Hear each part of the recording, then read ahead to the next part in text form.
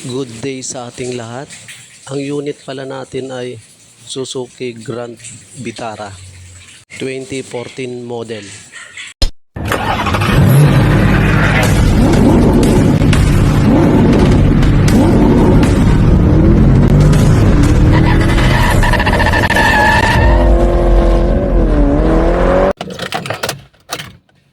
Start.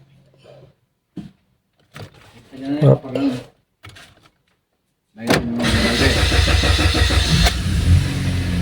Haba ng cranking. Guys.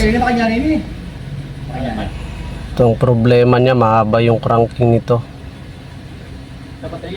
Tapos, saka namamalya siya.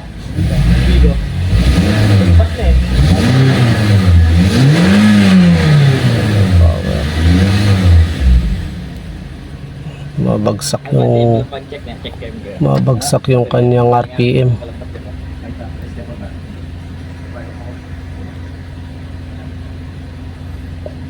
Try nating i-aircon siya, guys. Anong mangyayari sa engine niya?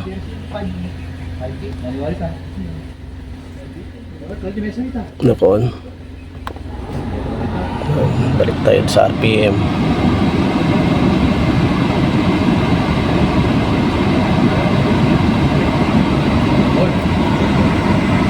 Ang concern nga pala ni ma'am dito ay yun na nga, mahaba yung kanyang cranking, tsaka nahihirapan daw pagdating sa drive.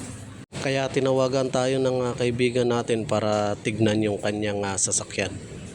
Total Sunday naman, kaya natin pinuntahan, guys. So ngayon, sa nakita ko, linis muna tayo ng throttle body. Siyempre, before tayo mag-proceed sa ating gagawin, tanggalin na natin muna yung kanyang negative terminal ng battery. Make sure para maiwasan natin yung shorted. Diyan ka na lang muna sa tabi. At siya nga pala, guys, huwag niyo po kalimutan mag-follow sa aking Facebook page. At pakisubscribe na din ng aking YouTube channel. Maraming salamat.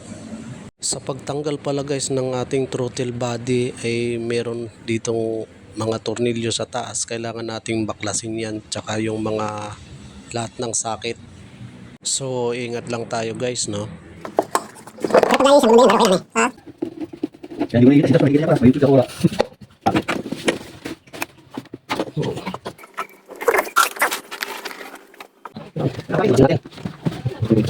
Pagkalipas na nga ng ilang minuto ay nabaklas na natin. Saka natin linisin gamit ang carburetor cleaner. Grabe na talaga, sobrang kapal ng carbon deposit sa loob. Kaya ang ginawa ko nga dito ay inisprayan ko na ng inisprayan. Saka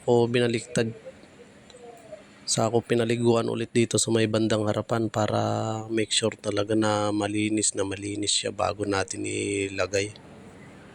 Di pa nga ako nakontento dito, ginamitan ko na siya ng toothbrush. Ganito talagang paraan ko para maging malinis talaga siya. Kailangan wala tayong ititirang dumi dito, sprayan pa rin natin ng sprayan, tuloy-tuloy lang. Siyempre yung huli, punasan na natin ng malinis na basahan. So ready to install na tayo, guys. Fast forward na tayo dito at naikabit ko na. Sa sobrang excited ko na nga ay pumasok na kagad ako dito sa loob para malaman ko kung mahaba pa rin ba yung kanyang cranking. Di tulad kanina, matagal bago umi-start.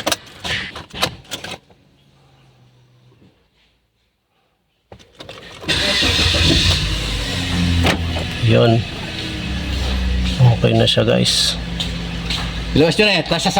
Stable na yung kuwan niya. RPM. Hindi na siya gumagalaw. Yun, no? So okay na siya, guys. Success yung gawa natin ngayon. At ito na nga, sinubukan ko na siyang i-read para malaman natin kung talagang okay na ba talaga siya. So okay naman. Hanggang dito na lang. Maraming salamat sa panonood. God bless.